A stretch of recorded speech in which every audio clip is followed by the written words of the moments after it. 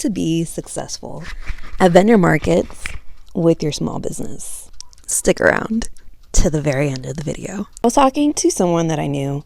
She does vendor events every once in a while, and we were just, talking about an upcoming one that I had, and I had a previous one. And she was kind of lamenting to me, like, oh, I'm just not as outgoing as you or successful.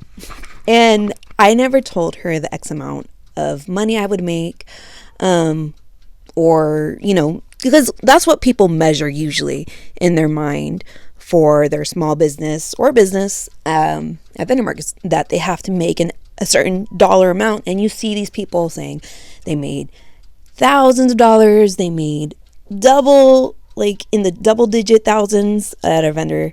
But for me, the measure of success for your small vendor event is, what is your goal? What is your goal going to that vendor market?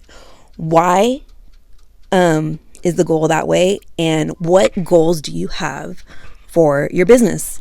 So such as like with me, whenever I go to vendor markets or whatnot, the first time I went, obviously I was nervous. I didn't know what to expect. I'd never done it before, but I took the leap of faith. Even opening your business, like you're taking that leap of faith of having failure, with the chance of having failure. And I think that's where a lot of people tend to quit, is their expectations of success is measured by comparing it to other people and their success, but you don't know how long they've been doing it, what steps they took to get there.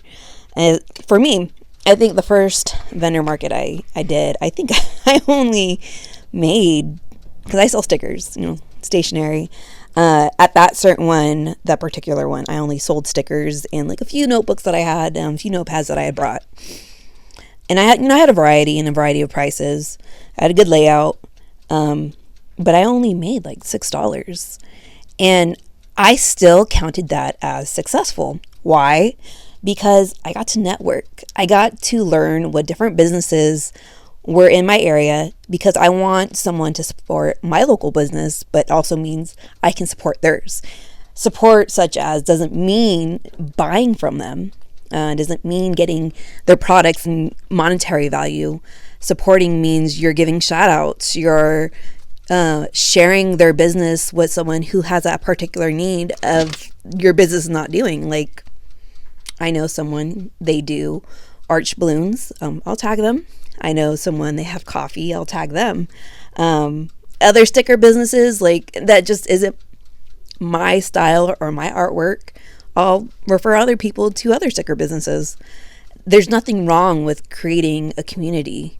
And then I go and I follow their social medias, and then I can find out when other vendor markets are around, because if they're doing vendors, chances are they're probably going to other ones that I wouldn't have known about.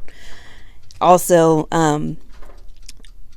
any experience that you gain, whether negative, didn't meet your expectations or went beyond your expectation, is a good experience. You can take experiences and you can learn from them.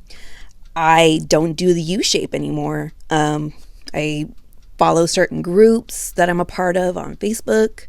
I watch TikToks, and I take the time to do self-criticism, not negatively, where I'm like, oh my gosh, I was so bad, blah, blah, blah, blah, la, la, la, la, la, I'm not as good as someone. No, it's looking at, I had my layout in the U-shape, and took the time to actually listen to people when they gave advice, to be like, I wouldn't go in there because I'm an introvert, and you would have to go in there and it feels like you're obligated to buy something. So I started doing a version of the Z shape. Here's a picture of it. I did it where I was like, normally I cover all sides with the mesh, because I had learned, especially during high winds, it worked. It helped kind of block out the wind. But when I did the smaller table with the like a T shape, people can come from the outside, and then when they get more interested, they can come around and see what's on the other side. And I'm like, okay, and I like that. And then I had my claw machine in the back closer to where I was at, so I could give them the coins. And that layout worked out very well for the products that I was selling. Gave people chances to feel like they had space to look at stuff and see things from a distance. I didn't really sell too many things, but the things that I thought people were going to buy, they in fact did. I had my pen bar and I had my claw machine, which was supposed to attract people, and it did. So that was successful. That was a successful market for me because I was using it as a tester. I wasn't using it because I wanted to gain money, because for me, my business, when I did it, I used it as an outlet. Outlet because I love crafting things with my hands. I'm constantly doing things, crafting stuff, and then they would just pile up, and I'm like, you know what? Because I would always have friends and families like, oh, I would buy that from you. And I'm like, I'm going to be my target audience. I'm going to make all the stuff that I like in the beautiful, cute little things that I like, and I'll make them into products. And chances are, if I like them, other people do too. And it has. And I also have my business, and I have all these supplies that I've gotten with these various different product ideas that I've had. And I've been able to give back to my community. I've been able to give back to friends. I've been able to give back to family with things that I have for my business. And, sometimes I'll do it for free because, that's out of my heart of, what they need or whatnot. And then, or I've used it for like family reunions because I'm using my gifts and my talents that I have and the supplies that I have. So it doesn't really cost me much because I'm using things that I'm already using, so I'm not having to go out of my way to buy more stuff. I already have it. And it's not really putting a dent into my business because I already, I gain profit from what I sell my stuff for. So being successful at a vendor market, I think a lot of people need to maybe reevaluate the definition of success for them, because success obviously is different for everyone. I consider myself a successful business owner. I've gained quite a big network of other small businesses that I can learn, share, and just bounce ideas off of. And, I've also been able to give to my community. And that was one of my biggest things when I made my business, was having a sense of renewal for me as an artist. It brought purpose back into my life with my artwork.